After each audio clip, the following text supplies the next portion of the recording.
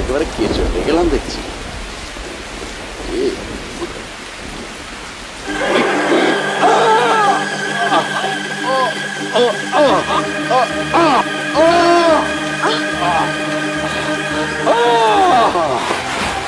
এই যে কি হয়েছে আপনার? কি হয়েছে? কি হয়েছে আপনার? বুকে প্রচন্ড ব্যথা, মনে হয় হার্ট অ্যাটাক। কি সাংঘাতিক! চলুন আপনাকে হাসপাতালে পৌঁছে দেই। না না, হাসপাতালে নিতে হবে না, ডাক্তার ওষুধ সব আমার বাড়িতে আছে। আমাকে একটু কষ্ট করে বাড়িতে পৌঁছে দাও। না না, কষ্ট কি? কোথায় আপনার বাসা? ওই যে চলুন ওই দেখা যায়। আপনাকে বাসায় পৌঁছে দিই, চলুন। একটু সাবধানে ধরো, ভয় করে বাঁচবো কিনা। সাবধানে। কোথায় আপনার ওষুধ? কোথায়? ওই আলমারিটা খোলো, ওর মধ্যে আমার দাওয়াই আছে।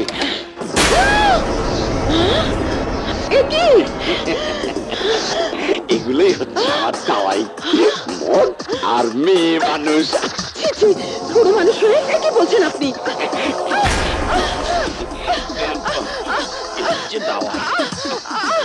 আমাকে বাঁচান!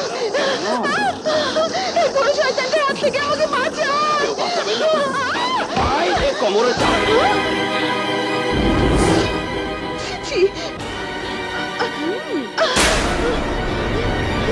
দেখো তুমি একজন সেবিকা, সেবাই তোমার ধর্ম।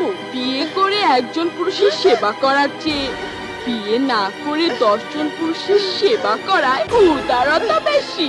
কেমন কেমন মেয়ে মানুষ আপনি? খুবই প্রভাবশালী।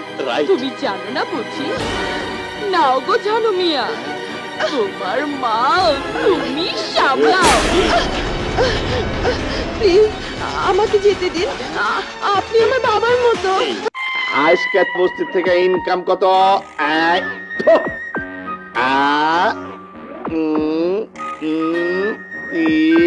4, 5। আসসালামু আলাইকুম।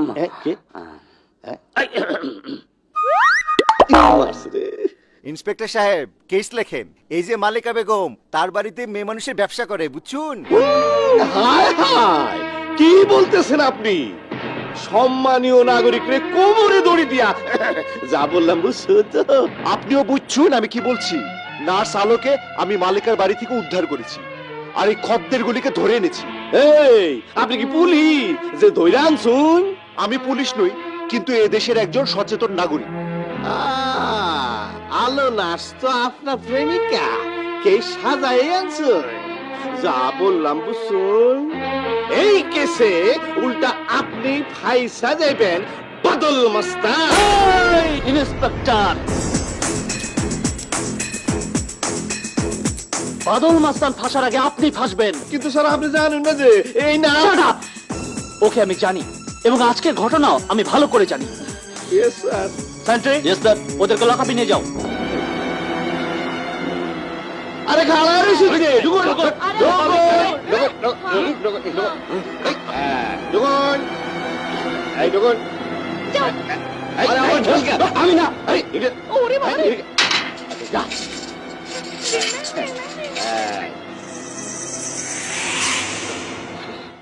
বাদল, জীবনে ঝুঁকি নিয়ে তুমি যা করলে তা বুঝে করো কিনা জানি না, কিন্তু এই কাজ যদি তুমি আইনের পথে থেকে করতে তাহলে কত ভালো হতো। ইন্সপেক্টর সাহেব, মাস্তানের সিলমোহরের গায়ে লাগানো সে আইনের পথে কি করবে? তবে হ্যাঁ, বস্তিগুলো মাদক মুক্ত করতে তোমাকে দরকার হবে। কি আমাকে সহযোগিতা করবে তো? অবশ্যই করব। আজ থেকে টিটিপাড়া বস্তি সহ ঢাকা শহরের কোনো বস্তিতে আর 2 নম্বরই কাজ হবে না। আমরা প্রতিরোধ করব, গড়ে তুলব প্রতিরোধ কমিটি। শোনো বস্তির ভাই ও বোনেরা, আজকের পর থেকে এই টিটিপাড়া বস্তিতে মদ, গাঁজা, ফেন্সিডিল সহ কোনো মাদক ব্যবসা চলবে না।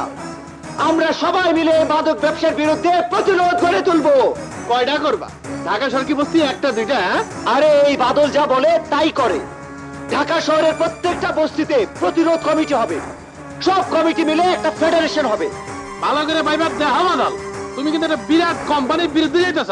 হ্যাঁ, ইস্ট ইন্ডিয়া সহ বহু কোম্পানি বাণিজ্যের নামে ঘাঁটি গেড়ে এই দেশ বহু বছর শোষণ করেছে, কিন্তু স্বাধীনতাকামী জনতার মার খেয়ে বিদায় নিতে বাধ্য হয়েছে।